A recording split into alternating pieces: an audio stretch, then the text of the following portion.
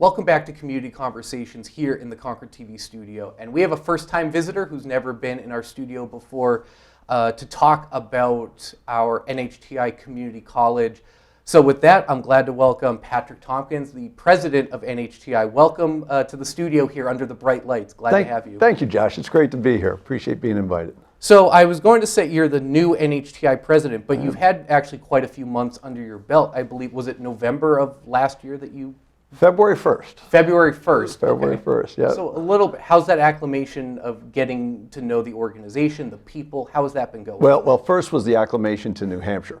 Right. So we're from Virginia, lived there for 30 years, and we landed here on January 19th, which was the first substantial snow in Concord. We got 5 inches, and then 2 days later on Saturday, we got 18 more at my house. So welcome to New Hampshire. Yeah, no, it doesn't welcome you in gently. At least you got to see really the worst of it. I did. But then getting to know the college, of course I did some study of the college before I started the job, and was interviewed and came here multiple times, but you don't really know it, just like anything else, you don't really know it till you live it. You may think that 5 months is many months, but I still feel very new and haven't had a chance to meet all the people that I need to meet, but acclimating and getting to know our great faculty and staff and the programs that we're offering. Yeah. So your background coming from Virginia, you worked in education there. Tell us a little bit about your professional background. Right. So I've got 30 years or so in community colleges. I started out as a professor in English, and I thought I would do that for the rest of my career. I never intended to go into administration, and the way I tell it is if my 30-year-old self could look at me now, he would just laugh. But I had an opportunity to do some things at the state level in Virginia with community colleges, and that gave me a broader view of things and also a deeper understanding of some of the things we do in community colleges. And so I went back and got a PhD in community college leadership, which was a really interesting, exciting program for me. And then moved into administration, first as a dean. I was in Richmond, and then I went to Hampton and Newport News as a dean, and then provost at a campus in Williamsburg, and then was asked to join a college, Eastern Shore Community College, which had fallen into some difficulty with enrollment and finances and programming, and we worked really hard there to turn that college around. And then I got a call from a former chancellor of the New Hampshire Community College system, and he said, Patrick, there's a position up there at NHTI, and I think it's a great college, and I think New Hampshire is a good fit for you and for your family. Yeah, it seems like a really great connection, and we of course love what NHTI has going on. Now, did your experience as a professor, obviously once you got into more administrative, you get a broader sense, but did your time as an English professor help prepare you? Did some of that carry over into what you do now? So that former chancellor, Glenn Dubois, he once remarked that we take our best teachers and we move them into administration. Yeah. And when I was resisting going into administration, a mentor of mine, Jack Lewis, president at a college, said, Patrick, you really need to go into administration. I said, Jack, you don't understand. I love teaching. And he said, Patrick, you don't understand. Leading is teaching. And so that really turned my mind. And so, yeah, I would say that those experiences in the classroom working with very different students of different abilities and interests and backgrounds and adapting, being responsive to them and serving, I think that all of that feeds into the work of a president of a college. Yeah, that's great. Now, your extensive experience with community colleges, if you could share with our audiences, what are some of the benefits to going to a community college? What are some of the things that are the pros to going and getting your 2-year degree at a community college? The thing that it may surprise some in your audience, it certainly surprises some of our students. Our biggest asset, quality. We have very, very high quality programs. Our professors focus on teaching. That's what we hire them for, and that's what they do their entire careers. Some of them publish and write, but they're not there as researchers who have to work hard to get tenure and are not focusing on their classes. Right. We have very small class sizes. We know our students by name, and so they get very personalized instruction, and the quality comes in because that instruction and that academic experience and the co-curricular experience becomes very individualized and very personalized. We also have fast program completion, so you don't have to wait 4 years to get into the economy. You can come to us. We have some programs that are just a couple of weeks long. I've got blood taken from a phlebotomist who graduated from our program just 2 weeks ago. So we have some people who want to get a credential and get in the workforce. And then we have really flexible scheduling. So we have classes in the day, in the evening, and online. We have programs that start in August and January, but ones that start in October and July as well. Yeah, right. And that fits where no two student has the same story or the same family experience, or they're trying to also manage a part-time job, or so everybody, no matter what sort of their story is, that they can find the classes that work for them, the schedule that work for them, or get some certification, like you said, in phlebotomy or something like that. I didn't know that you could within a couple weeks. So it's like an accelerated program? So we have different ranges of credentials. So some of them are a 2-year program. That's an associate degree. We might have a certificate that's a year long, but phlebotomy is a short-term program. We have other ones where there are some where you can come in and get a credential in a day, like a ServSafe, which is a program for restaurants and safe food handling. So that it's a whole wide range, and many of our programs stack. So you can come in as a medical assistant, and that might lead you to licensed nurse aide, and that might lead you into paramedic. And we have now a paramedic to RN program. So many of our students are repeat customers. They come, they get a credential, they get an experience, they go into the world of work, then they come back to us for more so that they can advance in their career or switch careers. And my math doesn't check out very well, but I would think getting your degree quicker, getting into the workforce quicker is also very beneficial financially, that if you're able to get your credentials or get a 2-year degree and get into the workforce, it's great for the community because they get that worker, a skilled worker, but also that you're not still taking classes for 4 years. So I think that sounds very beneficial. Yeah, that's very astute observation. So most of our students cannot afford to take time off of work. Most of our students work while they're in college. And so they want to get that. I talked to a student not too long ago. She's a lawyer now in 2 states. She's licensed in 2 states. She started with us in paralegal, and she did that because it was a short-term program, and she wanted to have a credential that would lead her to a good-paying job. And she got that in paralegal, and then learned that she had what it took to be a lawyer. But you observed the benefit to the community. By us being able to turn around these folks in a quick succession and get these credentials into the economy, it benefits the employers and the community at large.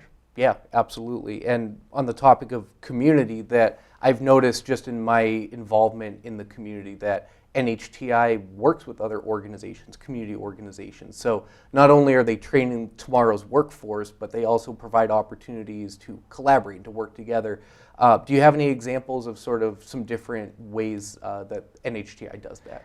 Yeah, so we're NHTI, Concord's Community College. A lot of folks refer to us affectionately as the Tech. We've been around a long time and have a really strong presence in the community. And so employers and community organizations know who we are, and they know our phone number and how to get in touch with us. But we're also a community college, and the most important word in our name is community. So when I'm meeting city councilors and going to the Rotary Club and the Chamber of Commerce and dentist associations, my job is to say, what do you need? How can we help you? Just today, we had somebody on our campus, and they're looking to lease space in our dental clinic so that they can provide dental services to their employees because they don't have the dental clinic where they are. Osher Lifelong Learning Institute, which provides continuing education, some really cool classes. They work at Granite State. Now they're going to be teaching their classes at NHTI. So we have the Sycamore Garden, which works with new Americans who come to NHTI to grow crops and spices that maybe they can't find in Market Basket or Hannaford. And so it's a way for us to connect. We have a weather station where we're hooked up with the NEWA Weather Consortium. And so you can go on NEWA's website, look up NHTI, and you can find out, and I do this before I come to work, what's the temperature and is it snowing, what's the wind like? And then we partner with, we have a program in our biology program called sea phages, and it's the study of bacteriophages in sea life, and we do that research and we publish that internationally. So we're connected everywhere from the high school through Running Start, through corporations like BAE, through international research. Yeah. Oh, that's amazing. And There's so many. I'll add one more to the list. I know for the Leadership Greater Concord program, on their education day, they do a tour of NHTI and learn more, and get a full glimpse of the campus and about community college. Right. So it's just amazing that not only are you doing what you do on your campus, but also finding those partnership opportunities. And I think it's vital to show the value that NHTI adds to Concord. And that's why I love Concord. We have a strong education sector, and we have a great chamber, like you mentioned. We do. So we're lucky that we're able to, as much as possible, kind of intertwine those branches together and work together. So that's one of the things that attracted me to NHTI and to Concord. The scale here is smaller. And so it's all about relationships, and it's all about service. And in a way, you can get a lot more done in a city like Concord and a college like NHTI than you can get done in a larger metropolis or a larger suburban area. So I really enjoy working at the scale where I can know the people who are running these organizations and serving in the organizations, and they know me, and they can pick up the cell phone and give me a call, and we can very quickly cut through it and figure out what it is we need to do together and get it done. That's kind of that small town benefit. We're a big small town. We are. Yeah. We are. I love that about Concord. Yeah, absolutely. And you had mentioned, you'd given us an example of a student who you had connected with and talked to and learned more about their story. Are there other instances of some students you've met who you found their story inspirational? You know, I'm sure you've met so many people since you joined February 1st, or even faculty members. Are there any examples of people where you went, man, that's, you know, sort of that aha, like I like to say it's why I do what I do moment? Have you had any of those moments? Oh yeah, every day. So I'll start with students, but actually I'll mention our faculty and staff first. You know, as I tell my boss, NHTI does not have a talent problem. We've got all the talent we want, and people who really love what they're doing and are committed to their programs and committed to students. But every student's story is a success story, and it's really inspiring. The woman who came to us for medical assisting, which is a entry-level credential, and like the paralegal, she needed a credential to get quickly into the workforce and earn some money. But she is now the vice president of an internationally recognized university medical system. And the guy who stopped in and saw me just today and told me he was really good at math in high school, and when he graduated, he was offered a full ride at University of New Hampshire, and he was offered a significant scholarship at Dartmouth, and he said, I don't want any of that. He said, I want to go to NHTI. He knew he wanted to be a banker. He met a couple of bankers, and he says, what do I need to get it done? Computers were just starting there, and so they said, look, if you know something about accounting, and if you know something about this emerging digital, that would really help you out. And then he went on to a career being the chairman and the president of multiple banks. So he said, for a little guy from Keene to go all the way there. And his story ends with him being the vice president and the chair and president of a bank. But we have smaller stories that are just as significant. That person who is going from working in a fast food environment and then going to work in an office and being able to provide for their family and provide insurance, health insurance, in a way that they weren't able to before they came to us. Mm-hmm.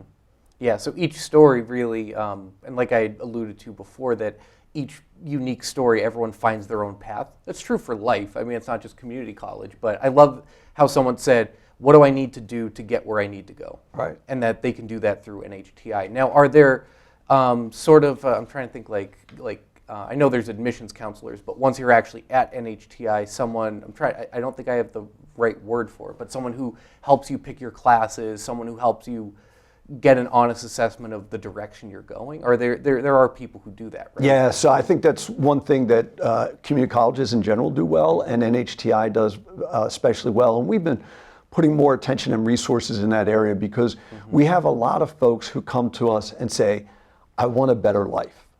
But my sister, when she was very young, she knew she wanted to be a nurse. And another sister, she knew she wanted to work in an office. So they had that pathway. I didn't, and a lot of my other siblings didn't. We knew we wanted a better life, but we didn't know what the opportunities were. And we didn't know what opportunities met with our interests and our experience. And so our advisors and counselors and admissions folks, that's what we specialize in. You can come to us at any point. You can come to us and say, I want to be a nurse. Here's my transcript. Here's how I want to do it. do it, and we can help you find that pathway. Or you can come and say, I think I want to do healthcare, but I'm not sure what's out there. Or you can come to us and say, my mom's telling me I need to go to college, and I'm not really sure what I want to do. Tell me what the menu is. Right. Yeah. So great. Yeah. Again, that people will pick that path that makes the most sense for them. But with guidance, I think we all need guidance depending where we are Often. in life. Now, I think we've touched upon this, but just for folks at home to really clarify, you could be out of high school joining, you could be looking for a second career, you could be any age. It's never too late to go back and take classes or change careers or get a certification in something you never have, right? I mean, that's the age, joy. right? We serve high school students. We have high school students taking college classes and getting college credit for it. And we have certainly students who are graduating high school and come in June and come to us in August. But we have students all the way up into their 60s and 70s. And some of them have had really great careers, and now they want to do something different. One of our students was a high school dropout. And he came to community college to take a single class when computers were, the personal computer had just started, and he wanted to learn how to use Microsoft Word, and that got him excited. And so he asked, what would it take for me to work in an office? He had always worked in food service. And so he entered into a certificate program in administrative assisting and got a career in there and was really enjoying it. Economy falls on hard times. He gets laid off, and he comes back to the community college. And he says, okay, I've always been good with plants and always liked plants. I'd like to be a horticulturalist. And so he takes classes. We don't have horticulture. This was at another college, but he takes classes in horticulture, and he gets a career in horticulture. Then he moves from his home city and loses that job in horticulture, and he decides, I want to do something different. And he was always artistic. And so he came and he enrolled in visual arts classes, and now he's a professional portrait painter. So that story's not unusual.